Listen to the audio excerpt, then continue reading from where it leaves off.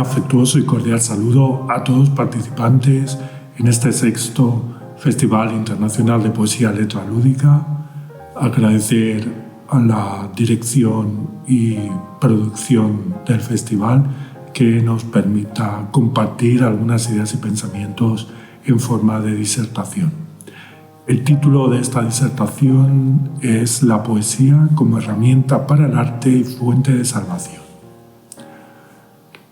La poesía, desde sus orígenes más remotos, ha sido una de las formas de expresión más profundas para poder transformar una experiencia, una vivencia, un suceso, un sentimiento en un acto de creación, pero al mismo tiempo de salvación. A lo largo de los siglos, hombres y mujeres de diversas culturas hemos recurrido al verso para dar forma a emociones inefables, comprender algo mejor el mundo e intentar sanar tanto al individuo como a la comunidad. Hoy quiero invitarles a recorrer juntos este camino donde el arte y la salvación se entrelazan para comprender cómo la poesía continúa siendo una herramienta viva que ilumina, que sana y que construye significado en nuestras vidas.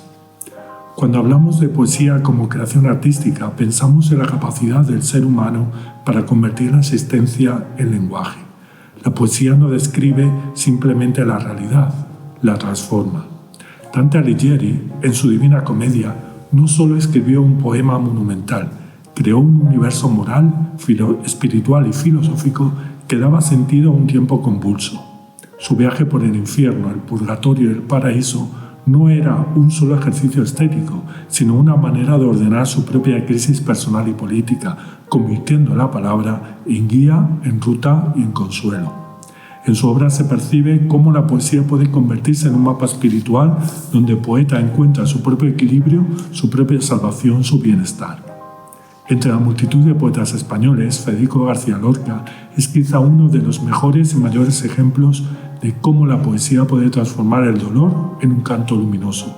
Sus poemas acerca del amor, de la muerte o del deseo brotan de una sensibilidad extrema, capaz de ver belleza incluso en la tragedia. Su obra demuestra que cuando el lenguaje poético se atreve a ascender a las zonas más sombrías del alma, puede emerger un tipo de claridad que salva, una verdad que alivia y que reconforta aunque duela. Si pensamos en la poesía como un medio de salvación, no podemos olvidar a Emily Dickinson, quien encontró en la escritura una forma de mantenerse en diálogo constante consigo misma. Recluida durante gran parte de su vida, creó una obra que indaga en la soledad, en la muerte y en la espiritualidad desde una perspectiva íntima e intensamente humana. Para Dickinson, la poesía era un refugio y al mismo tiempo un ejercicio de libertad. Allí podía experimentar con formas, silencios y ritmos que desafiaban las normas de su época. Leyéndola se percibe una búsqueda constante de claridad interior, un proceso de autoconocimiento donde cada palabra parece colocar una piedra más en el camino hacia la comprensión de lo que significa el ser. La poesía es también salvación colectiva. Durante el siglo XX, en ese mundo marcado por decenas de guerras y desplazamientos forzosos, poetas como Paul Celan utilizaron el verso para intentar recomponer lo irreparable. Superviviente del Holocausto, Celan escribió desde un dolor que parecía imposible de nombrar. Sin embargo, mediante un lenguaje quebrado, audaz y lleno de silencios, logró crear un espacio donde la memoria podía respirarse sin ser destruida. Su poema Fuga de muerte es quizá uno de los ejemplos más estremecedores de cómo la poesía puede denunciar, recordar y de algún modo dignificar al humano frente a la barbarie.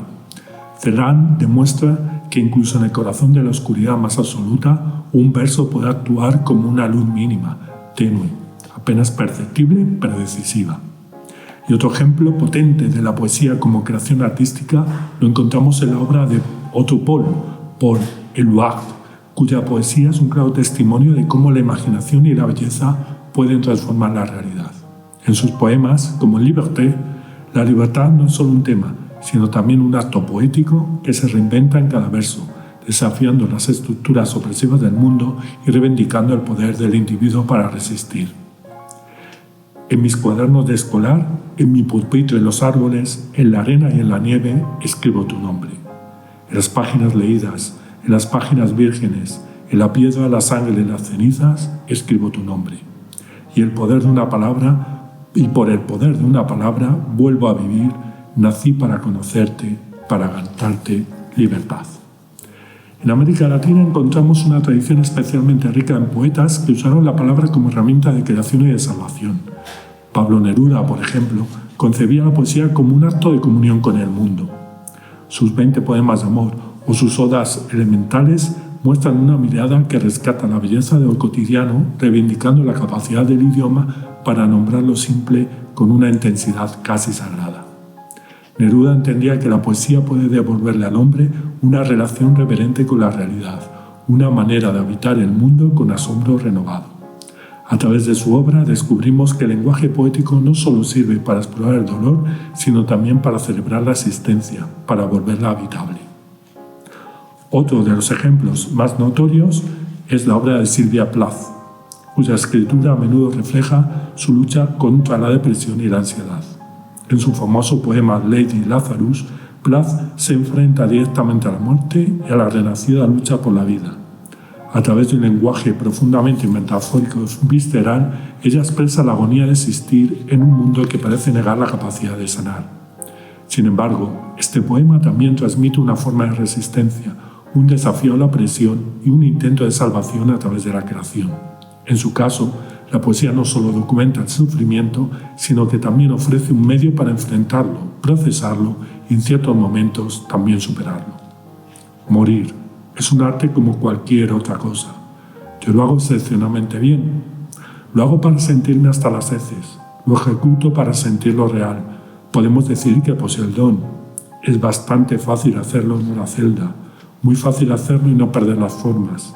Es el mismo. Retorno teatral a pleno día, al mismo lugar, mismo rostro, grito brutal y divertido. Milagro que me liquida. Luego, una carga a fondo, para ojear mis cicatrices y otra para escucharme el corazón. De verdad sigue latiendo. Otro ejemplo es el de la poeta chilena Gabriela Mistral, quien convirtió el verso en una herramienta de sanación afectiva. Marcada por varias pérdidas personales profundas, Mistral escribió sobre el amor, la maternidad, la educación y la identidad desde un tono que mezcla ternura, firmeza y una espiritualidad serena.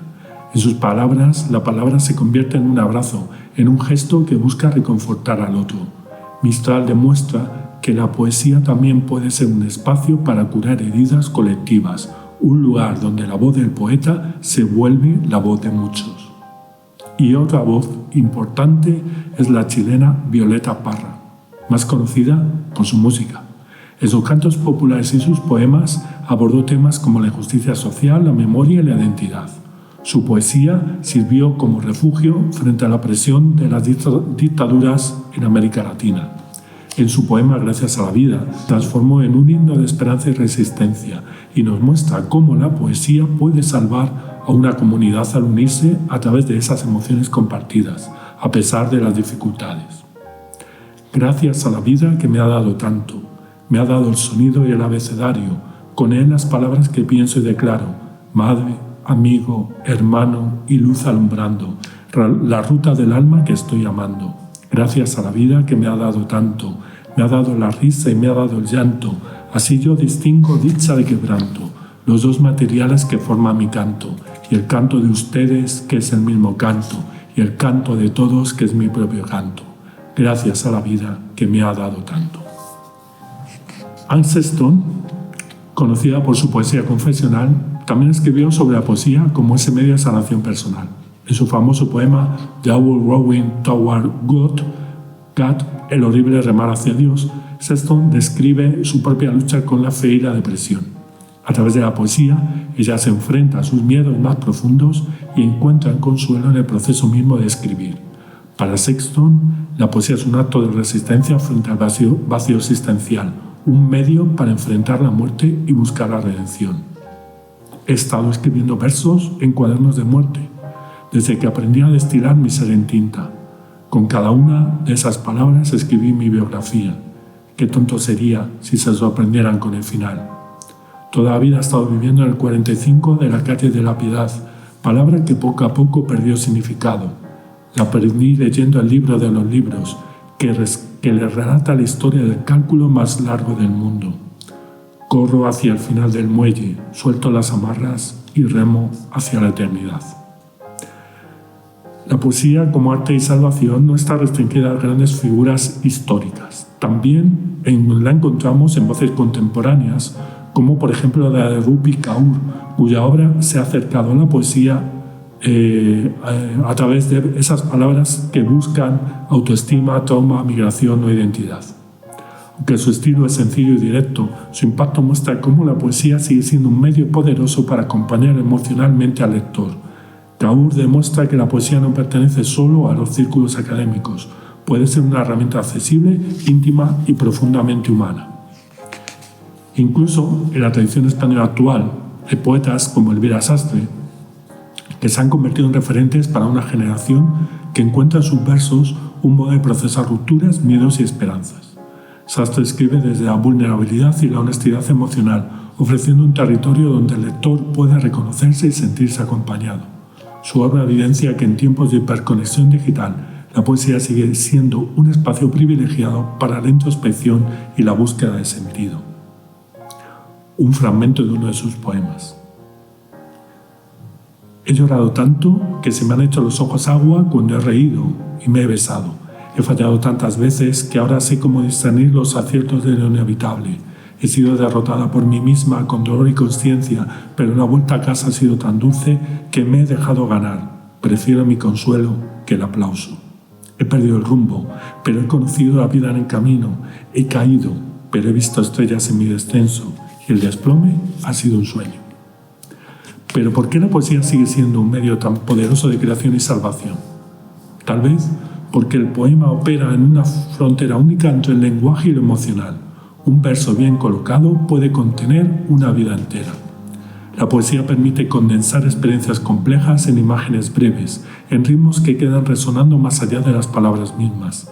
Y en esa resonancia encontramos algo parecido a la salvación, una sensación de haber sido comprendidos, de que no estamos solos, de que nuestra experiencia tiene un lugar en el mundo. A nivel personal, la poesía me ofrece un espacio donde detenerse y respirar. En un mundo acelerado, el verso exige pausa, atención, un tipo de escucha que casi hemos olvidado. Al leer o escribir poesía, accedemos a un tiempo interno más lento, más profundo, donde es posible procesar emociones y clarificar pensamientos. La poesía se convierte así en un acto meditativo, un camino hacia la serenidad y la comprensión interior. En definitiva, la poesía en sus múltiples facetas sigue siendo un refugio, un medio para la creación y la transformación, un instrumento para la salvación personal y colectiva. No importa la época ni la condición en que nos encontremos, la poesía sigue siendo ese faro que nos ayuda a encontrar sentido, que nos permite expresar lo que de otro modo no podríamos decir y que en definitiva sigue demostrando que el arte tiene el poder de sanar, de liberar y de conectar. Muchas gracias a todos.